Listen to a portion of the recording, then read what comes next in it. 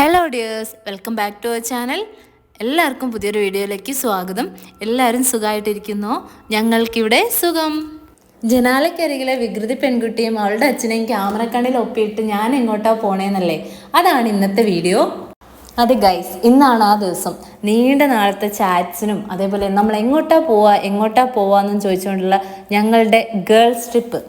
അപ്പം ഞങ്ങൾ ഇന്നാണ് ഒരുമിച്ചൊന്ന് പുറത്തു പോകാൻ തീരുമാനിച്ചിരിക്കുന്നത്. ഗേൾസോ, നിങ്ങൾ തള്ളകളല്ലേ എന്ന് ഞങ്ങളുടെ കെട്ടിയന്മാരെ പോലെ നിങ്ങൾക്കും തോന്നാം. 30s എത്തിയാലും 13-ലാണെന്ന് ഞങ്ങളുടെ മൈൻഡിനെ ഇതൊന്നും ബാധിക്കാത്തതുകൊണ്ട് പിന്നെ വലിയ കുഴപ്പമില്ല. അങ്ങനെ ഞങ്ങളുടെ ഡ്രൈവർ ചേട്ടൻ വന്നു. ഞങ്ങളുടെ കൂടെ നിങ്ങളും കൂടെ പോന്നോളൂ. കോവിഡ് കഴിഞ്ഞിട്ട് പിന്നെ ആ ഒരു വലിയൊരു ബ്രേക്കിന് ശേഷം ഞങ്ങൾ ബാംഗ്ലൂരിലേക്ക് റീലൊക്കേറ്റ് ചെയ്യുന്ന സമയത്ത് ഞങ്ങൾക്കിനി ആരൊക്കെയായിരിക്കും ഉണ്ടാവുക എന്നുള്ള ഒരു ഐഡിയ ഉണ്ടായിരുന്നില്ല കേട്ടോ. കാരണം കുട്ടികളുടെ കാര്യത്തിലായിരുന്നു ഏറ്റവും ടെൻഷൻ. പിന്നെ നമ്മൾ കുട്ടികൾ ഫ്ലെക്സിബിൾ ആണെന്ന് എവിടെയൊക്കെയോ പഠിച്ചിട്ടുള്ളത് കൊണ്ട് തന്നെ അവർ സർവൈവ് ചെയ്യുന്നുള്ളൊരു ചിന്തയുണ്ടായിരുന്നു. അതേപോലെ തന്നെ അവർക്ക് പെട്ടെന്ന് ഫ്രണ്ട്സിനെ കിട്ടും എന്നൊക്കെ ഒരു മൈൻഡിലുണ്ടായിരുന്നു കേട്ടോ. പക്ഷേ അവർ വഴി അല്ലെങ്കിൽ ആദ്യോട് വഴി എനിക്ക് ഇത്രയും പേര് കണക്ഷൻ ഉണ്ടാവുന്നോ, അതേപോലെ തന്നെ ഇതേപോലെ ഒരു ലേഡീസ് ഓൺലി ഔട്ടിങ് നടക്കുന്നോ ഒന്നും ഞാൻ സ്വപ്നത്തിൽ പോലും വിചാരിച്ചിരുന്നില്ല. ഞാൻ എൻ്റെ ലൈഫിൽ ഫ്രണ്ട്സിന് നല്ല പ്രാധാന്യം കൊടുക്കുന്ന ആൾ തന്നെയാണ്. എൻ്റെ സൗഹൃദങ്ങളൊക്കെയും അൺഎക്സ്പെക്റ്റഡ് ആയിട്ടാണ് കൂടുതലും എൻ്റെ ലൈഫിലോട്ട് വന്നത്. ചെറുതിലേ മുതലും സ്കൂളിലും പിന്നെ കോളേജിലെത്തിയപ്പോഴും അതേപോലെ ഓരോ കോമ്പറ്റേറ്റീവ് എക്സാംസിനൊക്കെ പോയപ്പോൾ പരിചയപ്പെട്ടിട്ടും അങ്ങനെ സൗഹൃദങ്ങളായവരും ഒക്കെ ഇപ്പോഴും കൂടെയുണ്ട്, അല്ലെങ്കിൽ കോണ്ടാക്റ്റ് കീപ്പ് ചെയ്യുന്നുണ്ട് എന്നൊക്കെ ഉള്ളത് തന്നെയാണ് ഒരു വലിയ ബ്ലെസ്സിങ്സ്. അങ്ങനെ കുറേ സൗഹൃദങ്ങൾ ഇപ്പോഴും കൂടെ തന്നെ ഉണ്ടെങ്കിലും ചിലതൊക്കെ ഒട്ടും പ്രതീക്ഷിക്കാതെ ഒന്നും പറയാതെ ഒരുപാട് ഓർമ്മകൾ തന്നിട്ട് നമ്മുടെ ജീവിതത്തിൽ നിന്ന് ഇറങ്ങിപ്പോയിട്ടുമുണ്ട്. അതൊക്കെ അവിടെ ഇരിക്കട്ടെ, പറഞ്ഞു എവിടെയോ എത്തി. ഞങ്ങളിപ്പോൾ വന്നിരിക്കുന്നത് ബാംഗ്ലൂരിലുള്ള ഫീനിക്സ് മാളിലോട്ടാണ്. Phoenix Market City. Working day ആയതുകൊണ്ട് ഇന്നിവിടെ ഭയങ്കരമായിട്ടുള്ള തിരക്കൊന്നുമില്ല കേട്ടോ. വീക്കെൻഡിലൊക്കെ ഇവിടെ നല്ല തിരക്കാണ്. ഞങ്ങൾ കൂടുതലും ഇവിടെ വരാറുണ്ട്, ഞാനും SJ മക്കളൊക്കെ ആയിട്ടും. അതേപോലെ നാട്ടിൽ നിന്ന് ആരെങ്കിലും വരുന്ന സമയത്തൊക്കെ ആദ്യം ഇവിടെ താമസിച്ചപ്പോഴും ഞങ്ങൾ ഇടയ്ക്ക് വരുന്ന ഒരു മാളായതുകൊണ്ട് തന്നെ എനിക്കിവിടെ ഭയങ്കര പരിചയമുണ്ട്.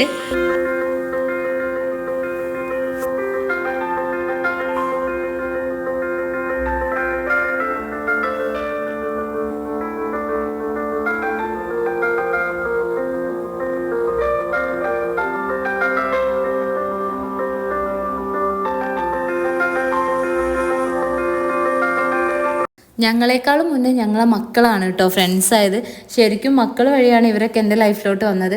ആദ്യവൾക്കും ആദ്യക്കും അങ്ങനെ ഒരു നാട്ടിൽ നിന്ന് പോകുന്നതിൻ്റെ ബുദ്ധിമുട്ട് വേണ്ടാന്ന് വിചാരിച്ചിട്ടും അതേപോലെ കുറച്ച് ആളുകളെ കാണാനും കളിക്കാനും ഒക്കെ ഞാൻ എന്നും വൈകുന്നേരം ഇവരെ പാർക്കിൽ കൊണ്ടുപോകുമായിരുന്നു. അങ്ങനെയാണ് ഞാൻ ഇവരെ സെയിം വൈബിലുള്ള ഇവരെയും പരിചയപ്പെടുന്നതും. ഇന്നിപ്പോൾ ഞങ്ങളെ കൂടെ വരാൻ പറ്റാഞ്ഞ കുറച്ച് പേരും കൂടെ ഈ കൂട്ടത്തിലുണ്ട്. ഞങ്ങൾ നേരെ വെച്ച് പിടിച്ചത് ഫുഡ് കോർട്ടിലേക്കാട്ടോ. സത്യം പറഞ്ഞാൽ ഇതൊരു ഫുഡ് അഡി ട്രിപ്പ് ആണോ എന്നുള്ളതും സംശയമാണ്. അതങ്ങനെയാണല്ലോ അല്ലേ, ഒരു പരിപാടിയൊക്കെ ആകുമ്പോൾ നല്ല ഭക്ഷണം ഇല്ലാതെ പിന്നെ എന്താ ആഘോഷം. നല്ലൊരു തുടക്കമാവട്ടെ എന്ന് വിചാരിച്ച് ചിക്കൻ മോമോയിൽ തന്നെ സ്റ്റാർട്ട് ചെയ്തു.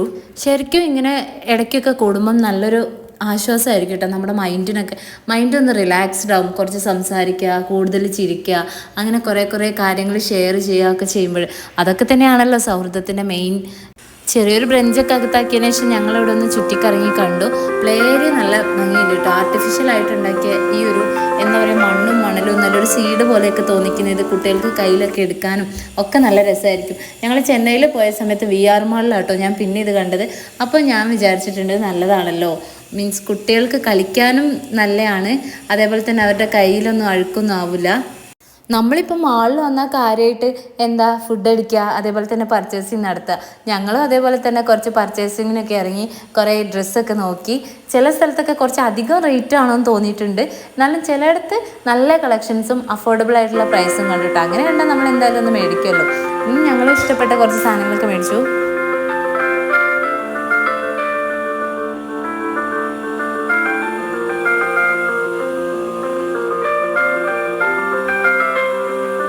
അങ്ങനെ കണ്ട് ഇഷ്ടപ്പെട്ട് വാങ്ങിയ ഒന്നാണ് കേട്ടോ ഈ കമ്മൽ.